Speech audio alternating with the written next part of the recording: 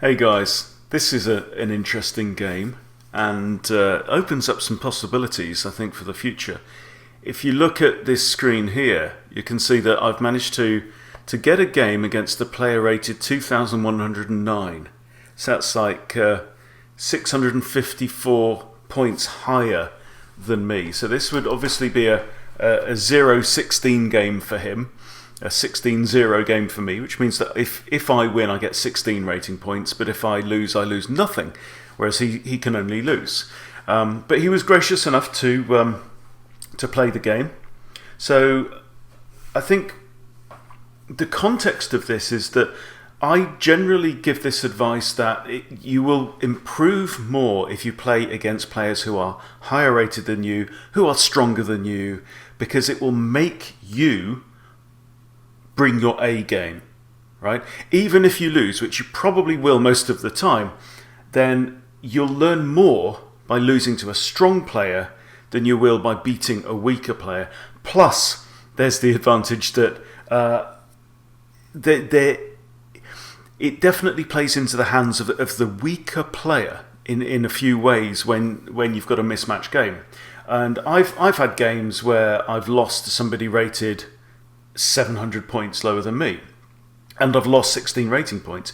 It does happen, right? Maybe sometimes people cheat, but also big part of it is that when you're playing somebody a lot weaker, you can tend to rush. You can tend to simply forget to take the care and pay the attention and take the time that you normally would in a game against somebody your own strength.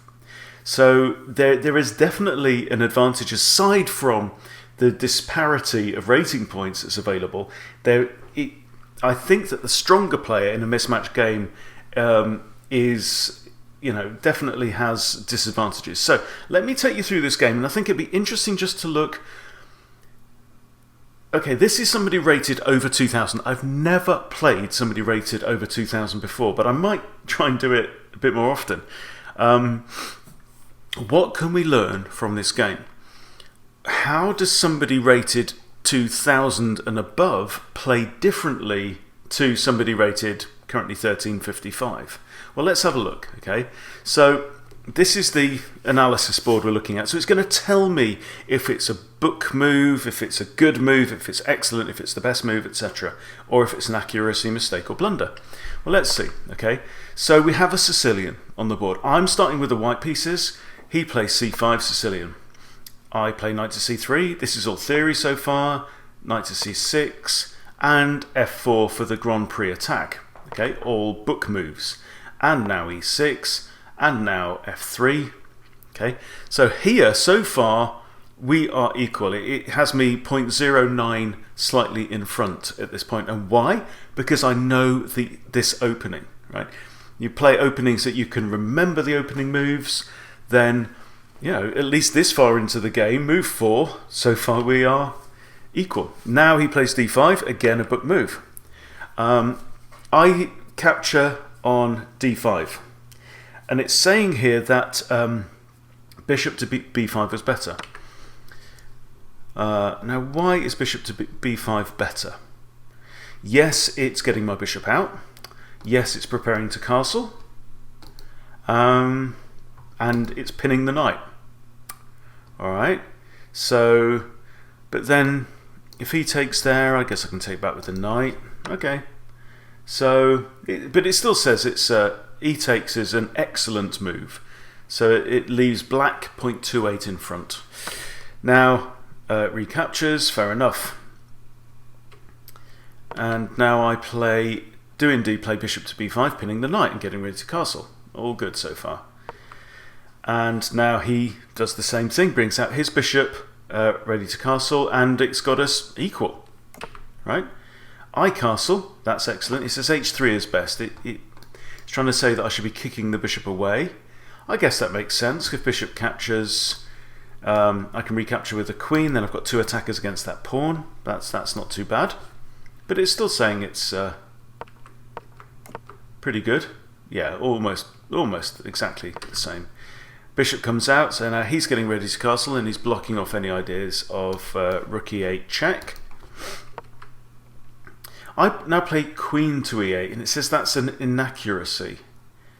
it still wants me to play h3. And I guess I can see why. Same deal. Bishop captures, we've got queen captures, or rook captures.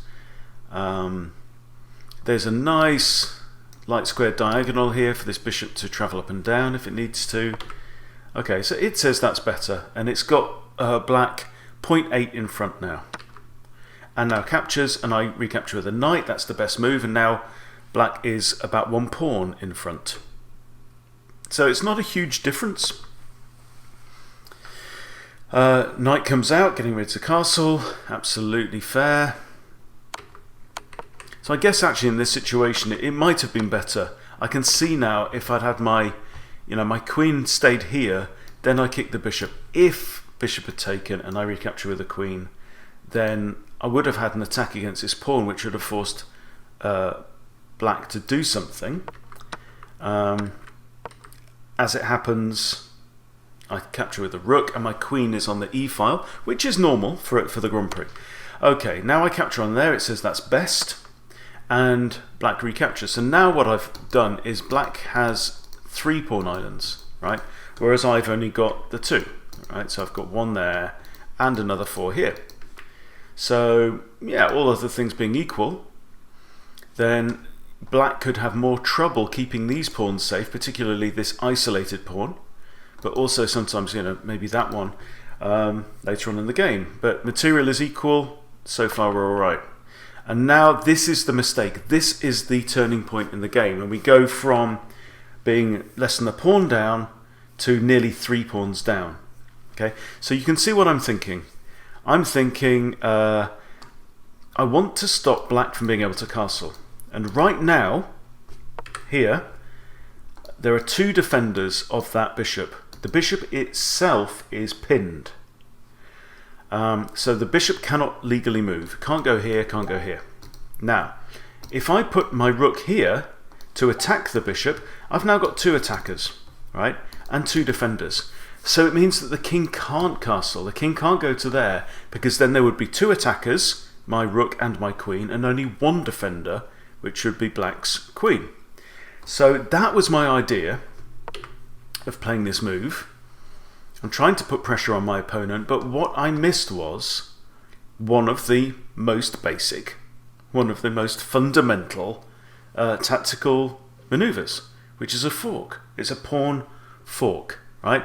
And I should know this because I'm making a blooming course about basic tactics at this time. And one of the things that we say in the course is, if you ever put 2 pieces horizontally 2 squares apart, you need to be prepared. You need to check that there isn't a pawn fork, and here there is. So pawn to d4 attacks both the knight and the rook.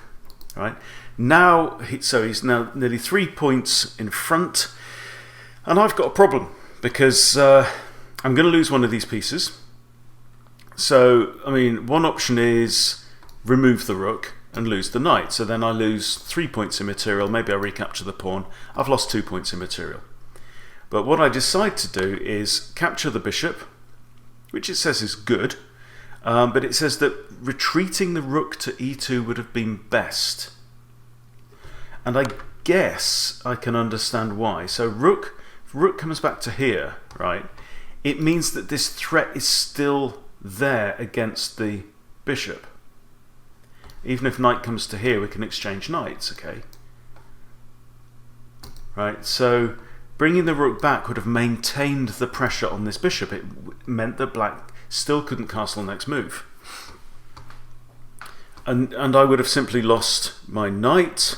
So rook back to here, he takes knight, probably d takes, and we're not too bad. I mean, yeah, I'm still down, but because I've just blundered a minor piece.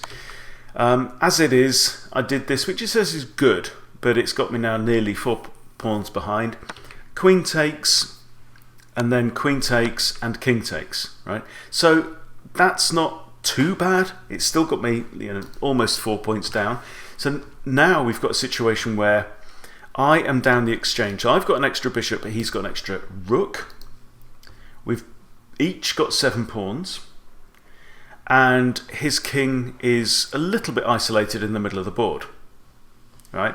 It's not really enough compensation for being down that exchange, really. So I'll show you the rest of the game, but you can imagine that how it goes from this point. So I bring my knight out. I'm attacking the pawn on c5. King defends. I play c4. It says is good, but b3 would have been better. Okay, so what I'm trying to do is I'm trying to encourage black to capture en passant, then I capture d2, take c3, and then I'd have my 3 pawns here, which would have been kind of solid and easier to defend.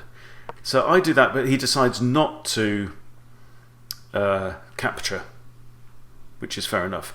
Now, the obvious threat here is going to be rook to e1, so I move my king across, defending e1 and e2. That's pretty simple. Now he wants to double his rooks, and again he's playing the best moves. I push my pawn forward to d3. What this does is it's going to make room for my bishop. So let's say on the next move he moves his rook across. I can now play bishop d2, and it means that this square is covered by my king, my bishop, and my rook. So I think that's actually over defended. So what the computer here is telling me is that b3 here is best, which would be that. It means that, let's say rook comes across, I put my bishop there, and now the rook again can't move down to e1 because I simply grab it, and then if he recaptures I grab it. So he loses a rook whatever happens if he goes into that exchange. So the computer's saying that that was better than that, but I played d3. And this is the difference. This is the difference between being, low 1000s and above 2000. So I move my bishop there. It says that's best in the circumstances. And now the rook comes down. So we've got a fork here. It's attacking the bishop and that pawn. I defend my bishop with the rook. Now it's saying that actually bishop to e1 was better than that, but it's got me down 6 points already. So it doesn't like that one particularly, and now the knight comes in. So now the knight is attacking h2. So what do? I move my rook, my bishop now down to e1 with the following idea. So if knight takes, which it does, I can move my king over to g1. It's got me absolutely losing now, and then rook takes, I take, rook. Right, this is my thought. Right, now if rook takes here, yeah, I can grab the knight. He's got the rook, so it's a knight against a rook, but I didn't see this. Right, knight to there with check. So I've got to do something. Pawn captures, rook captures. Now my pawns are doubled up, and it really is fairly pointless at this point in time. But black still plays very, very solidly. Comes back where his rook's defended by a pawn. I push a pawn. He captures a pawn. I come along to threaten. Move there, move back. Pawn comes down. And now he's coming back to a place where he can fork the king and knight. So I move the king out of the way. And now a pawn's coming down. And there's nothing I can do about it, really. So in the end, I'm going to be forced to trade my knight for a queen and lose my knight and be down a whole rook. So it says this is a blunder, mate in 6, but even the best move would have had me 23 points behind. So yeah, really, there's no future in this game. And there we go. So I resigned at that point. But my opponent has had to use 25 minutes to win the game. Now, I've only used just over 10 minutes, and maybe that's important. Maybe that's one of the keys. Maybe that's one of the takeaways. Take your blooming time. Take your time to find the right moves. He found all the best moves, and if you look at the report on here, it says that his accuracy was 99.3 and mine was 91.4. So, I mean, from me, that's a good game. That's a very good game, right? But obviously the key moment in it was that one mistake. You can see, we were doing okay. We were all right. And then one mistake made all the difference. And that was it, right? So he really dropped down there. So that's a mistake, falling into the fork.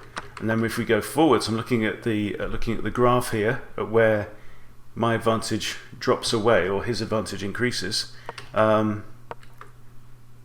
This one it didn't really like. Yeah, so that's it. That's really it. So yeah, he just played very well. But you can see, I mean, there's the difference then between 2000 and over chess and the chess that we play. It's not night and day. This is the thing, right? The things that I'm learning, the things that I teach and share in my videos, this guy's playing the same tactics, right? He's just thinking more carefully about it. He waited for me to make a mistake, which I eventually did, and he spotted my mistake and he capitalized on it. And that's what I do if I'm playing somebody rated 700 or 800. I know they are going to make a mistake that I will spot, right? The difference is that this guy rated 2100 can spot mistakes a little further off than I can, right? So I made that mistake, he spotted it, he capitalized, and he kept the pressure on until the end of the game. So well done, Jorge 451 from Argentina, and thank you for playing me in this game. So yeah, if I'd have managed to sneak a win, it would have been very, very satisfying indeed. But I think overall, I didn't lose any rating points. So what have you got to lose? You know, go out and play some really, really strong players, and you never know. You probably won't win much in terms of rating, but you will probably gain an awful lot in terms of experience. Particularly if you go back and analyse your games and spot those moments. The idea is not to analyse every single move, right? You're not a grandmaster, but spot the moments where your rating suddenly falls away. The computer's assessment of your chances falls away, and learn what did I do there, right? What mistake did I make? How can I prevent making that same mistake in future? Simple as that. That's the way to improve. Right. So I've learned a lot from this. Hope you've learned something from it too. See ya.